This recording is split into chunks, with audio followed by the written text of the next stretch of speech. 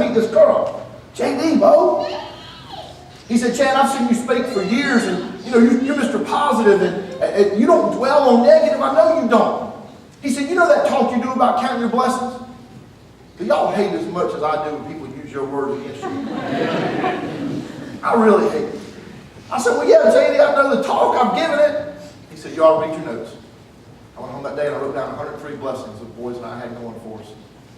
Looking at the Lord, looking at the future, not looking at the past, not looking at the negative. I wrote down 3 prayers. Lord, send me somebody. If you don't send somebody, I got to stumble into her. I'm not going to go looking. Lord, I want somebody who would honor Michelle's memory, not be threatened by it. And Lord, send me somebody. I don't have to trade kids on Tuesdays. I didn't know I was praying for a widow. I did not. That never actually entered my mind. I go back to the 3rd meeting. It's late January now. JD comes up to me. He says, you got to meet this girl. Oh, my goodness, give it a rest. I said, okay, what's your name? He said, Dana. I said, JD, how'd she come see me? He said, same way you did. Her husband killed himself almost 2 years to the day before Michelle did. And she's beautiful and she's awesome. She's a godly lady. She had 2 little girls. The girls were 2 and 5 when their dad died. And we've been dating, and we really haven't seen each other much. She's in Greenville. I'm in Prosperity. We've got 2 little weeds, each of us, we're busy. But a buddy of mine at a Baptist church, Westgate Baptist in Spartanburg, sent me a tape series on Acts 12. Y'all know the story. Peter's going to be executed at dawn that day. He's sleeping so good that the scripture says the angel struck him. How many of y'all don't sleep that well? And you're not facing execution at dawn? Come on.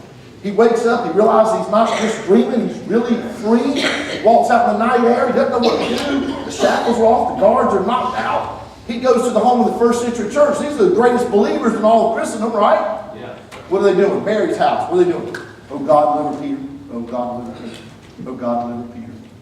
When you study the concordance and you see what happens when Rhoda answered the gate, she didn't even open it when Peter got there.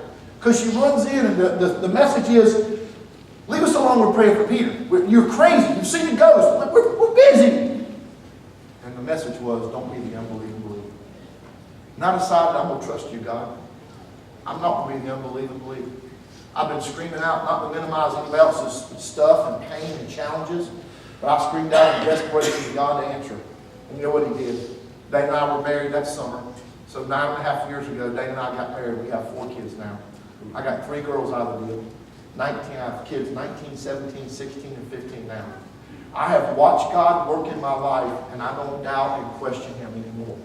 I stopped doing that, realizing I can't drive. He's driving already. Don't negotiate with him. Realize he's got a plan and trust in it. It's why you can't shake my tree about God's presence in my life. I got to watch him work. I wouldn't wish that on anybody, anywhere in the world, that anybody would go through suicide. I would pray to the Lord you would never have to go through it. But I'll tell you what, I got to watch God work, and that's a huge blessing. You know, Dana and I got married. We've had this wonderful time. I went back to speaking. Life came back together. Not that we got over it. You kind of get through that stuff with God's help. You don't get over it, you get through it. You just walk through it with his help. When you go through times, you trust in him, and you just take those steps. That's what he's about, is be obedient to the call. In 2011, I felt led to run for state party chairman. In 2012, the presidential election put me on the front row of the national election. I said on MSNBC that Barack Obama would be the worst train wreck of a disaster to ever happen to Christians in America and the religious community. I was right, and I'm no prophet. He was destructive. They went after Christians all over the place. Whoever thought that bakers and florists and photographers would get sued just for being a Christian? Amen. Did y'all hear those stories? That lady out in Washington State, Barronelle Stutzman, she makes flowers. That's her business for 40-something years. And this guy comes in, he wants to have a ceremony, a same-sex ceremony. She says, I've made your flowers for 9 years, I can't do it for this ceremony.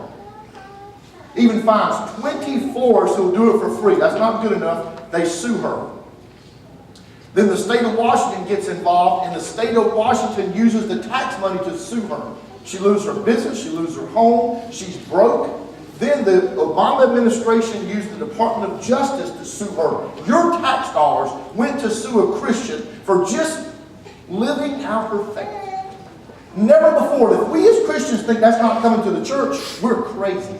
Amen. We've got our heads in the sand. We better get back and get involved. So during that election, I did every political show on television. I did it on the left, MSNBC, the Communist News Network, all the way to Fox News, and I did 50-something of them. And I realized realize something, not all of them, only about 90%, but they're very, very liberal. They really think we're crazy for having a faith in Jesus. They honestly do. Some of them would curse in my earbud just before I speak and be on television live. And so after the election, I couldn't believe we lost. I'm actually teaching a book in my Sunday school class at the time called Think Like Jesus by George Barna. Awesome Christian pollster. I've gotten to know the guy. And all his book's about is God is everywhere or he's nowhere at all. Amen? God is 24/7. He's involved in everything. Don't let the left tell you what to do. If you think about it, the media's been pretty good at saying, you know, you Christians, you're so good at evangelism and missions, and my kids love your plays and the Vacation Bible School, but Pastor, you should be involved in politics. That might offend somebody.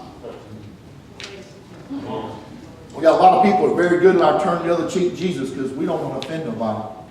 And the truth is, times declare today, we better find our turntable over Jesus. Amen. Our country's off the rails. So we lose this election. I can see what's coming. I go see a guy named Reince Priebus. Some of y'all see him. He's now the chief of staff to President Trump. He's a believer. In fact, I think he's the first evangelical to be a chief of staff in the White House since 1950-something that I can find. We've had a lot of Episcopals and Catholics and a lot of nuns. Reince is a believer. He became a political mentor of mine. I go fuss at him about Romney left out the faith vote. In 2004, the faith vote was maximized for George W. Bush. McCain was able to grow it backwards successfully by about 5 million, and then Romney was able to grow it backwards another 2 or 3 million successfully, and left out, they didn't spend a thin dime talking about life or marriage or religious freedom or issues that matter to me and you. Therefore, some 8 or 10 million less Christians voted in 2012 than 2008. I go to see Reince, or 2004. I said, Reince, they left out the faith vote. I've been speaking in churches since the 1990s. Let me go talk. Those are my folks, man. And I wasn't looking for a job. I was looking for re-election. He said, yeah, we ought to fix it. We ought to fix it. I said, no. This is our people. This is the base. The Christian faith, as much as the politicos don't think they are, this is the base of the American people. This is the conservative base. He actually called me in April when we take a job. I said, no, I'm running for re-election. I don't want to move to D.C. He called back after my re-election in May. In June, he said, Chad, I've been praying about it. You're an odd duck in this, which has been prophetic, by the way. You're an odd duck. You love the Lord. You understand the political process. We want you to do this. We want you to be the first ever person to go out and reach out to the faith community. Now, the other side doesn't have a problem with this. And the other side, there's some good people there, but let's face it, they don't care about life or marriage or Israel. When I told my Sunday school class a few months ago, I am offended that Planned Parenthood is butchering babies and selling parts. Are you offended? Amen. Man, the Nazis got nothing on us, y'all. I'm offended that judges have redefined God's definition of marriage. Does that bother y'all? Amen. I'm offended that we gave $150 billion to Iran to wipe Israel off the map. Bless those who bless Israel. Curse those who curse Israel. Scripture's clear.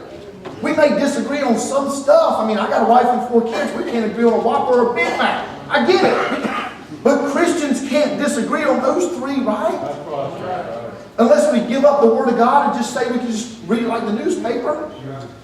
I took the job. And I told my Sunday school class, you know what? This isn't the left's fault. It's not the media's fault. It's our fault. Amen. A week from now, we're going to celebrate the life, the death, the burial, and the resurrection of Jesus Christ.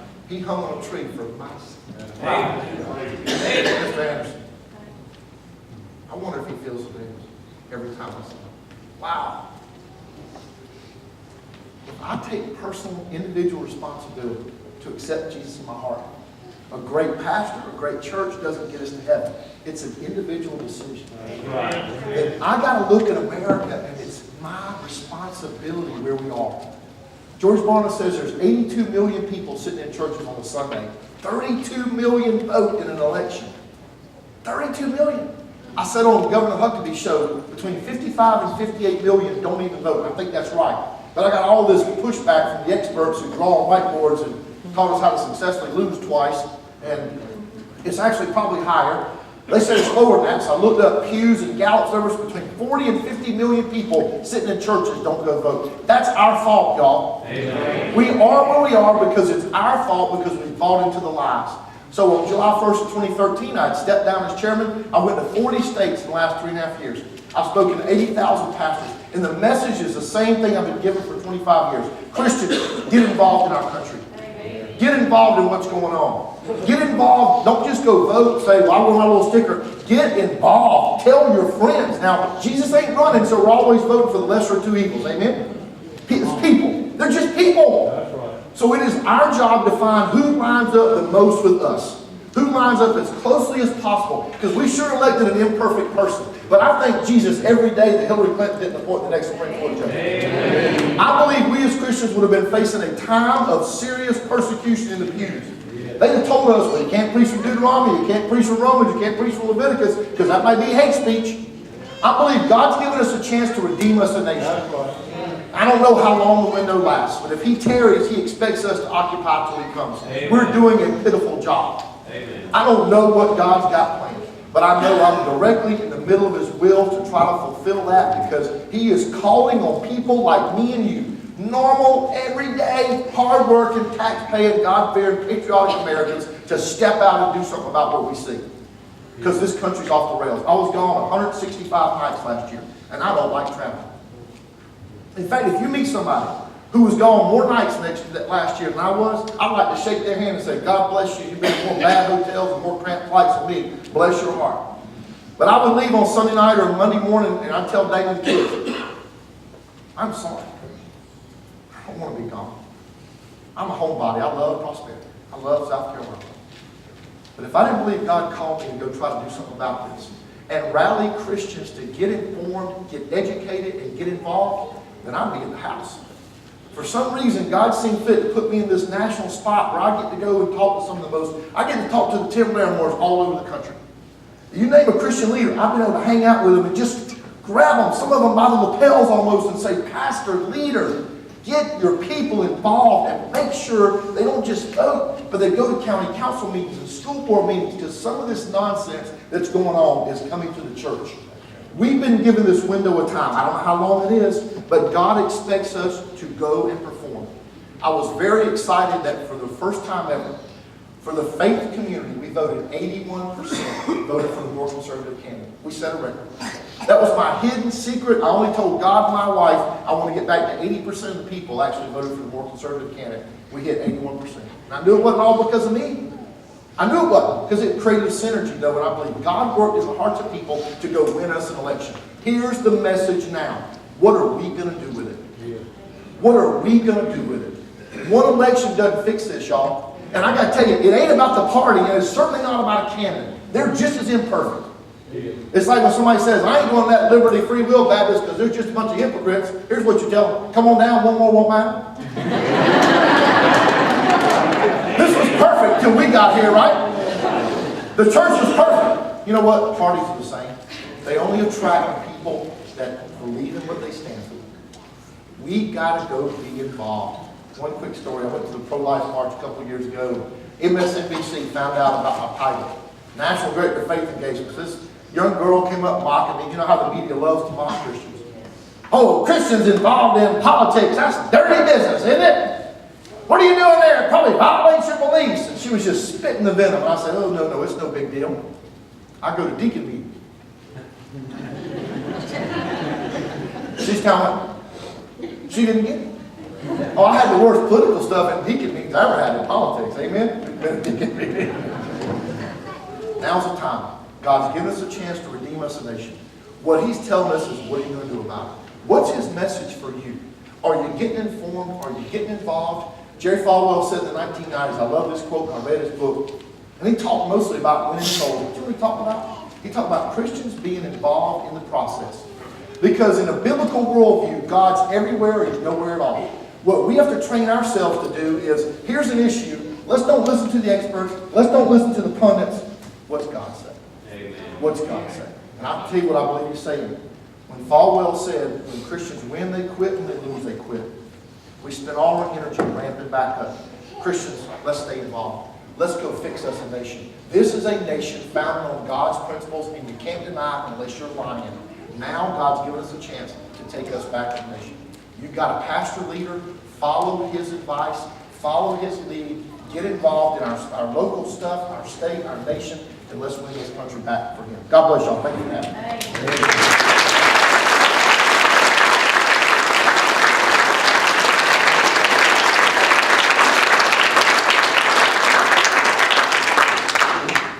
He hit it. But a lot of y'all can get a song. Romans 8:28. Did you believe it yesterday? Maybe you're here today and you're going through some things and you're battling some issues and you just want to come to the altar and ask God to help you. You got things going on in your life and you don't understand why. Maybe you just want to come to the altar and get some help. So preacher, would you please pray for me? Slip your hand up. I want to pray for you. Thank you for that hand. Thank you for that hand. Thank you for those hands. God knows your name. It's like Brother Chad said, if it was true yesterday or if it was true last year, it's still true today. Won't you just come to the altar and pour your heart out to God? He loves you. He cares about you. He cares about every little detail in your life. God, we love you. Lord, you saw the hands, you knew the needs. God, I ask your hand to be upon them. God, help us to get involved. Help us to be what you want us to be, God. In Jesus' name. Good, let's stand.